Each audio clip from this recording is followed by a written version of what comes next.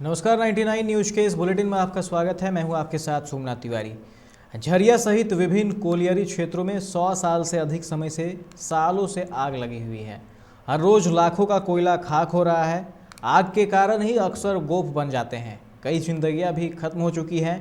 IIT ISM ने अब ऐसी तकनीक की तलाश शुरू कर दी है जिससे इस आग पर काबू पाया जा सके। IIT के इस अध्ययन में CMPDIL ने भी रुचि दिखाई है। अध्ययन पर BCCL से भी सहयोग की अपील की गई है। इसके बाद तीनों संस्थानों के संयुक्त प्रोजेक्ट का एक प्रस्ताव कोयला मंत्रालय को भेजा जाएगा। IIT के निदेशक प्रोफेसर राजीव शेखर ने संस्थान के 96वें स्थापना दिवस समारोह में भी इसका जिक्र किया था।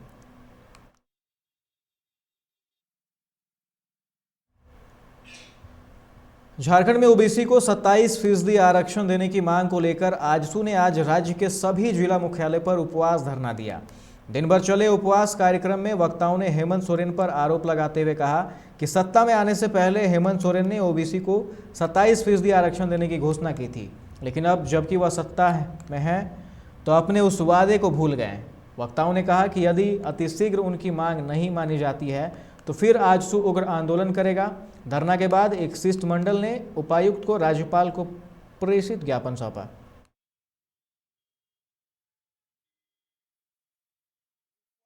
में अभी तक है, कार्यक्रम चल रहा है, अभी वहाँ बैठे हुए हैं और उसी तहत हम लोगों का ज्ञापन DC के माध्यम से राज्यपाल जी को देने का है, उसको हम लोग दे करके आ रहे हैं। हम लोग बताना चाहते हैं कि अगर समय रहते जो केंद्रीय नेतृत्व का जो घोषणा है कि आपको स्मरण दिला करके हम लोग बताना चाहते हैं कि काम करिए, नहीं तो आजसू एकमात्र पार्टी पूरे झारखंड में है जो अलग राज्य के लिए अपने जान का प्राण का कुर्बानी दिया है। अब वो जनता के आवाज़ को लेकर के वो सड़क से संसद तक पहुंचेगी और अपना बात को जो आपने वादा किया उसको पूरा करा के छोड़ेगी। यही लोक जनशक्ति पार्टी रामविलास ने आज विभिन्न मांगों को लेकर रणधीर वर्मा चौक पर धरना दिया। धरना को संबोधित करते हुए वक्ताओं ने कहा कि सरकारी कार्यालयों में जाति प्रमाण पत्र निर्गत करने की कोई समय सीमा निर्धारित नहीं की गई है, जिस कारण लोगों को काफ़ी परेशानियों का सामना करना पड़ता है। उन्होंने कहा कि झारखंड सरकार 10 माह से पोषण सखियों को वेतन नहीं दे रही है। इससे यह पता चलता है कि राज्य सरकार को आम आदमी की परवाह नहीं है। इसके अलावा जिला प्रशासन से ऑटो भाड़ा निर्धारण करने की मांग की गई।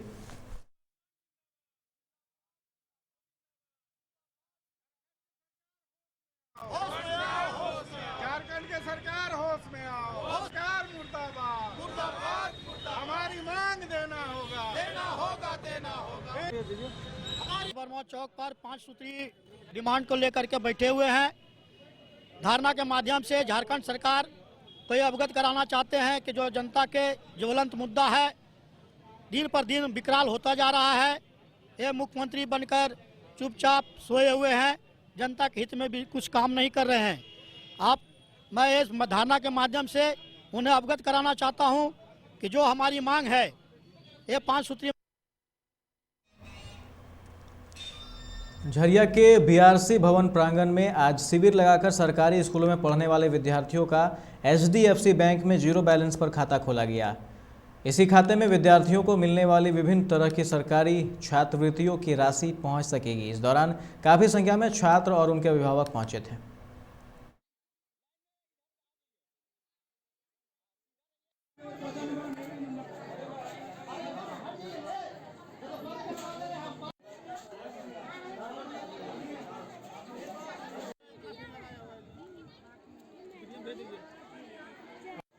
सरकारी स्कूल के छात्रों का खाता खोला जा रहा है HDFC बैंक के द्वारा जीरो बैलेंस पर, क्योंकि माननीय शिक्षा सचिव जी का आदेश है कि HDFC बैंक में जीरो बैलेंस पर खाता खोला जाए। कारण ये है कि बच्चे के खाते में DBTL के माध्यम से MDM की राशि, जनरल छात्रवृत्ति और SC ST OBC के लिए जो छात्रवृत्ति दी जाती है बहुत कम संख्या में रहता है।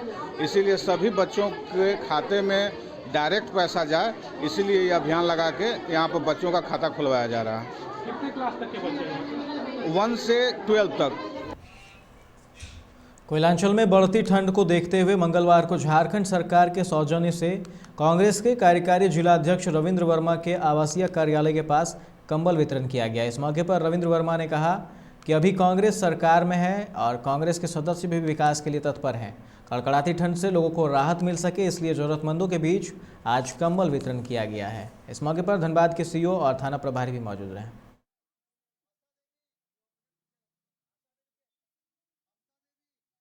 झारखंड और कांग्रेस के गठबंधन सरकार के द्वारा जरूरतमंद और गरीब लोग के बीच जो हमारे माननीय मुख्यमंत्री जी के द्वारा और जो कंबल वितरण किया जा रहा है, आप देख रहे हैं जिस तरह से हमारे यहाँ अधिक ठंडा बढ़ गई है, उसके मदद आज हमारे कार्यकारी अध्यक्ष रविंदर वर्मा जी और ये सीईओ के पहल पर आज हमारे गरीब लोग के बीच कंबल वितरण किया जा रहा है।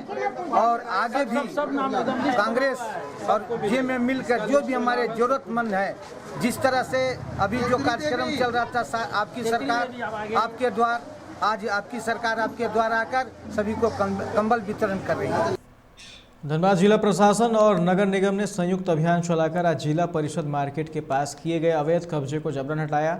इस दौरान नगर आयुक्त और सीईओ प्रशांत लायक भी मौजूद रहे। बता दें कि कुछ दिन पहले ही निगम ने लोबी सर्कुलर रोड के दोनों किनारों में सौंदर्यीकरण का कार्य किया था। पिछले दिनों नोटिस देकर निगम ने अतिक्रमणकारियों से अतिक्रमित जगह को खाली करने का आदेश दिया था, जिसके बाद आज निगम ने खुद अवैध निर्माण को ध्वस्त कर अतिक्रमण हटाया।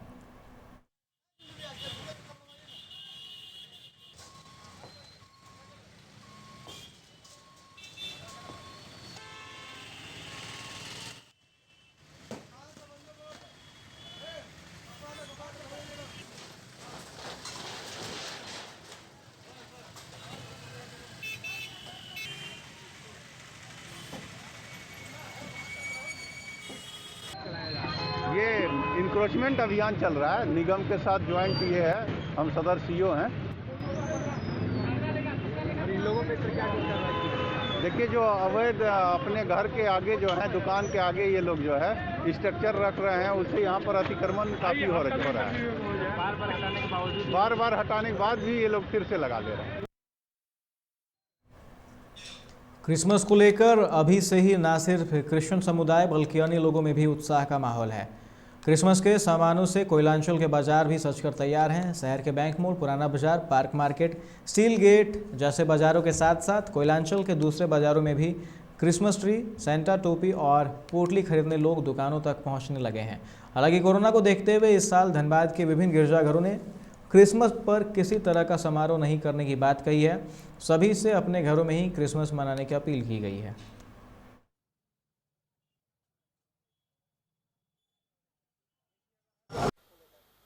बस क्रिसमस में बेटी की फरमाइश है तो इसीलिए आए हैं क्रिसमस ट्री और डेकोरेशन सब खरीदने, और बस थोड़ा वेकेशन में जाएंगे बाहर, यही क्रिसमस की तैयारी। कोविड को देखते हुए अभी हम लोग कहीं ट्रेन से या पब्लिक व्हीकल यूज़ नहीं कर रहे हैं।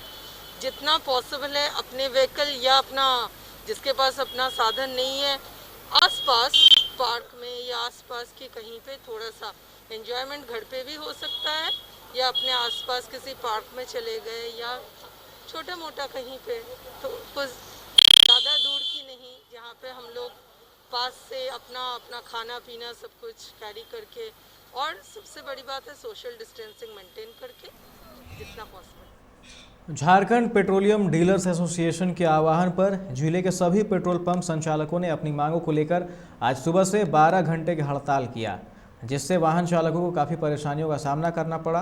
बता दें कि सोमवार को झारखंड सरकार ने पेट्रोल पंप के हड़ताल को अवैध घोषित करते हुए इसे गलत करार दिया था, परंतु कोयलांचल में पंप संचालकों ने 12 घंटे की घोषित बंदी का समर्थन करते हुए पेट्रोल पंपों को बंद रखकर हड़ताल को पूर्ण समर्थन दिया है।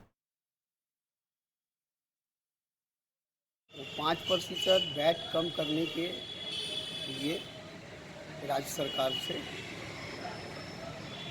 कितने देर की हड़ताल है ये 12 घंटे की हड़ताल है। सरकार का आदेश भी जारी हुआ था रात में कि इसको अवैध घोषित किया जा रहा है हड़ताल को। सरकार का ऐसा कोई निर्देश पत्र हम लोग के पास नहीं आया।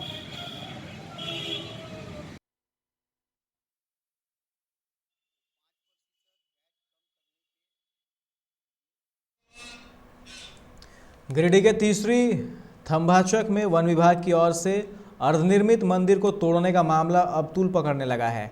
इससे आक्रोशित ग्रामीणों और विभिन्न राजनीतिक दलों ने आज प्रदर्शन कर मंदिर को फिर से बनाने और वन विभाग पर कार्रवाई की मांग की। वहीं प्रदर्शन को देखते हुए इलाके में भारी पुलिस बल की तैनाती भी की गई है ताकि मामला हिंसक रूप न ले।